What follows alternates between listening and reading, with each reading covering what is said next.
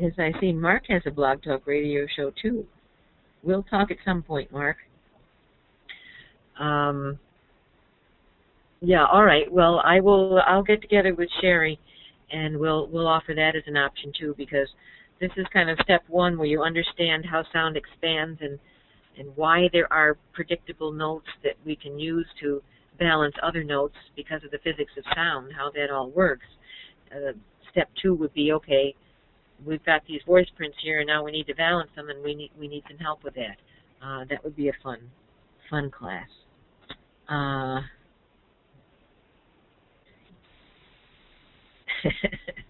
Brian's saying he's going to go practice more of his nano voice.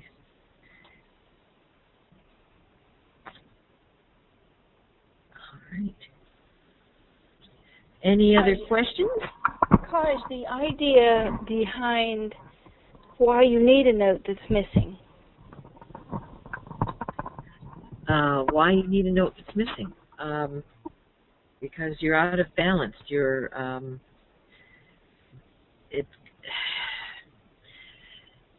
it's like full spectrum.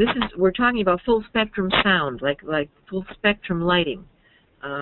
When you have a good balance of all the notes of the scale in your speaking pattern, you have a well-balanced system, emotionally and physically.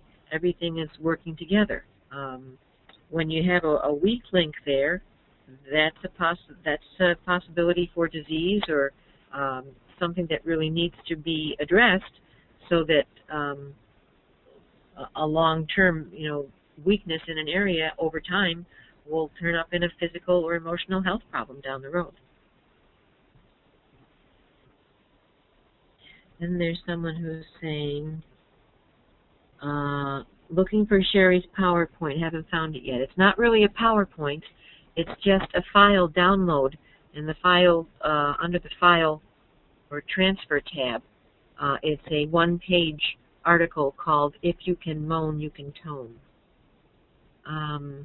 From Brian, can you use 2 pitch pipes if not strong on voice humming, or does that get all head noise and not body vibration?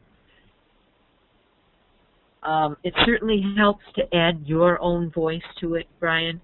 I don't know how you would blow 2 different pitch pipes at the same time, though. I don't think they would fit into your mouth properly to blow the specific holes. If you're doing it with someone else, yes. If you and the client both have pitch pipes, you can very much do it that way. And then the client, you can help the client that way if you or the client can't sing and play at the same time. 2 people with pitch pipes can play the fundamental and the activating notes, and you do get a very similar response. Rob Bennett says, why hold the pitch pipe plastic side up? Wouldn't metal vibrate more and be better to place the fingers on? You'll see when you do it.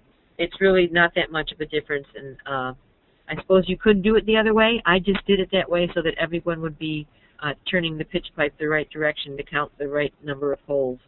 But you could certainly try it that way, Rob. I want to say, too, that having too much of a note is just as negative as having too little of a note. And the unbalance makes a big difference here. When you're looking at what you have up, there's way too much of D, which means the liver, pancreas, and gallbladder's overworked, but there's way too little F, which means the structure of the kidneys in stress. Mm-hmm. This might be somebody with blood pressure problems. All right, so we'd want to lower the note D in this particular voice print, and for a left-brain person, we would play more of the note G sharp, which is also low here. This note G sharp, if you count up 6 holes from D, 1, 2, 3, 4, 5, 6, that G sharp is the balancing note to D, and there is very little of it. So we would want to play with the note G sharp and the harmonics of the note G sharp, not only to enhance the balance of the G sharp in the voice print, but to counteract and bring the energy of the D down here a little bit more, where it would be more in balance with the rest of the voice print.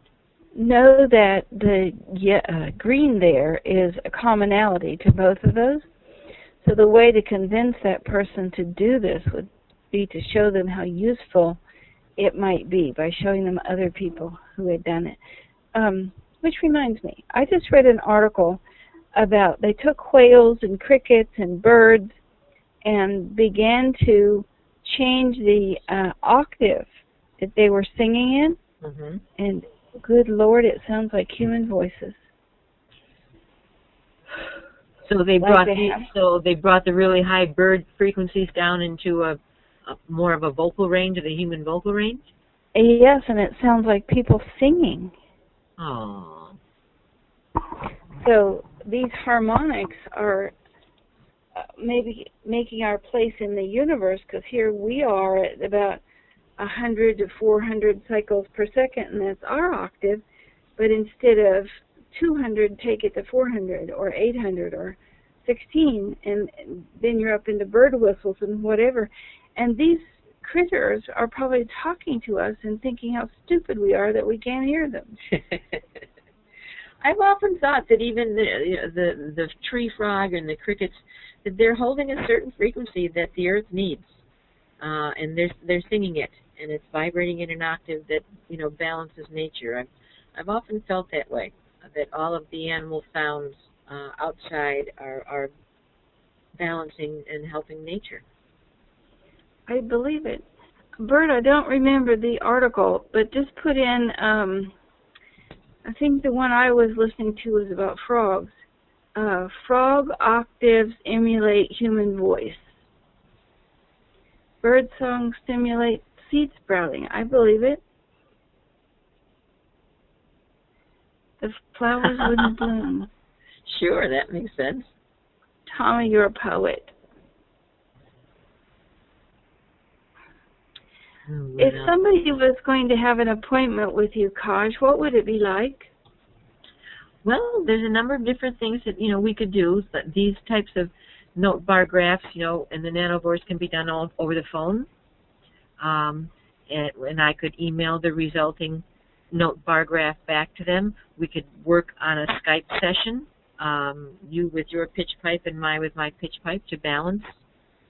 So we could do that sort of thing over the internet, not in person.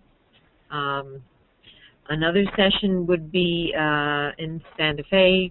Right now I'm on Cape Cod in Massachusetts, enjoying the ocean, which I miss dearly in Santa Fe. But in Santa Fe, we would get together at my office, and I would record your voice probably over the phone prior to you coming into my office, so it'd give me a chance to work up all of the frequencies that I would want to use to help balance your voice print, and using Sherry's bioacoustic software for what ails you.